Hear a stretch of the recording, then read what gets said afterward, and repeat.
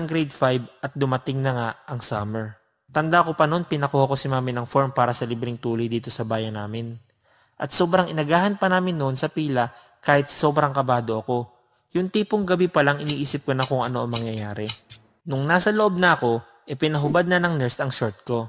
At chinek muna ang aking mahiwagang sandata kung ito ay tampos na at maaari ng tulian. At nung nakita na ito ng nurse, sinabi niya na, hindi ka pa pwedeng tulian kasi hindi ka pa tampos, balik ka na lang next year.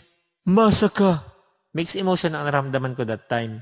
Malungkot ako kasi papasok pa rin akong certified potso sa grade 6 at the same time masaya ako kasi nakaligtas ako sa panturok, gunting at karayom. Oh my sis! At sumapit na naman ang pasukan at eto na ang huling baitang sa elementary bago ako mag high school. Grade 6 na ako this time at hindi talaga mapigilan ang pagdami ng mga nagiging binata sa aming classroom. Kahit yung mga babading-bading naming kaklase natulian na. Samantalang ako nananatili pa ding certified potso. Ang kukul naman nila. Bakit Kennedy? Potso ka pa din ba? Tiniis ko ang katotohanan sa loob ng 1 taon. Ang sakit lang na mag-high school na ako pero certified potso pa din ako. So ayun, nakagraduate na ako ng elementary at eto na ang pinakahihintay ko. Nag-summer na naman.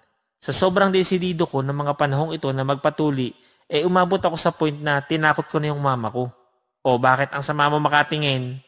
Hindi ako papasok ng high school hanggat hindi ako natutulian. Tandaan mo yan.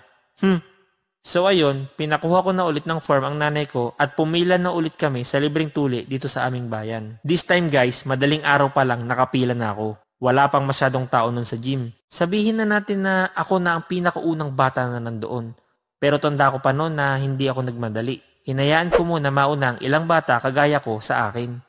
At pumatak pa nga ako noon sa pang-17 sa pila Strategy na din para maihanda kong sarili ko sa paparating na operasyon. O kaya naman ay para may oras pa ako mag-back out.